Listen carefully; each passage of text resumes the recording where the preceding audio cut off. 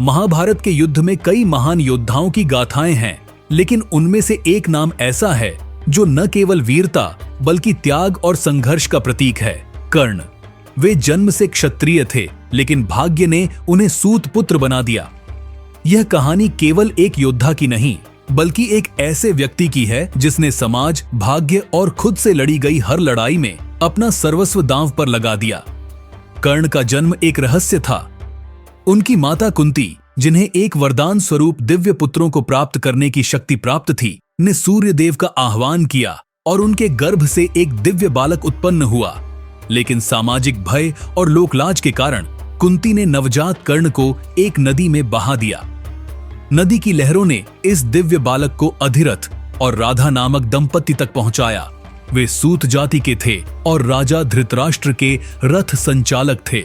उन्होंने इस बालक को अपनाया और उसे कर्ण नाम दिया। कर्ण का हृदय एक योद्धा का था। उन्होंने अपने पिता अधिरथ से रथ चलाना सीखा, लेकिन उनका मन हमेशा धनुर्विद्या में रमा रहता था। वे श्रेष्ठ धनुर्धर बनना चाहते थे, लेकिन गुरु द्रोणाचार्य ने उन्हें क्षत्रिय न होने के कारण शिक्षा देने से इनकार कर दिया। इस अपमान ने कर्ण को परशुराम की शरण में पहुंचा दिया। परशुराम केवल ब्राह्मणों को शिक्षा देते थे, इसलिए कर्ण ने स्वयं को ब्राह्मण बताया। उन्होंने कर्ण को अपनी सर्वश्रेष्ठ विद्याएं प्रदान की। लेकिन जब परशुराम को कर्ण के असली जन्म का पता चला, तो उन्होंने क्रोधित होकर उसे शाप दिया कि जब भी उसे अपने ज्ञान की सबसे अधिक आवश्यकता होगी, वह उसे भूल जाएगा।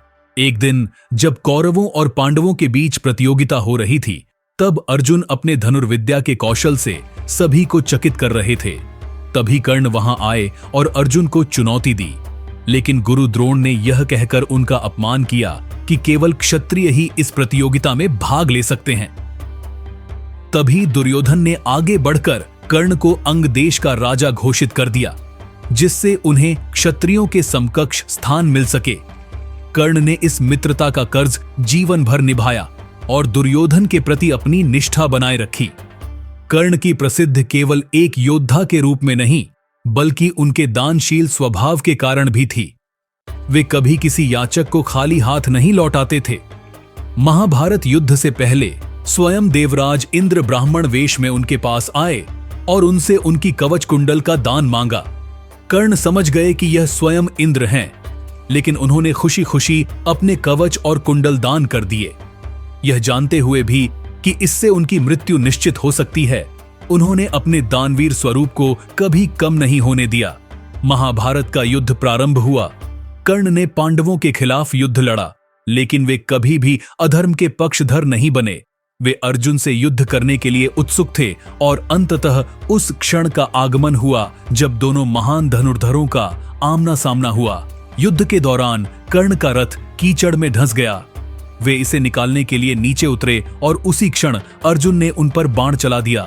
परशुराम के शाप के कारण कर्ण अपने दिव्य अस्त्रों को भूल गए थे। अंततः श्री कृष्ण के आदेश पर अर्जुन ने कर्ण का वध कर दिया। कर्ण की मृत्यु के बाद श्री कृष्ण ने कुंती को उनके पुत्र की मृत्यु का समाचार दिया। कुंती व्याकुल हो गईं, क्योंकि उन्होंने अपने ही पुत्र को पहचानने में देर कर दी थी। जब युधिष्ठिर को यह सत्य पता चला, तो वे शोक में डूब गए।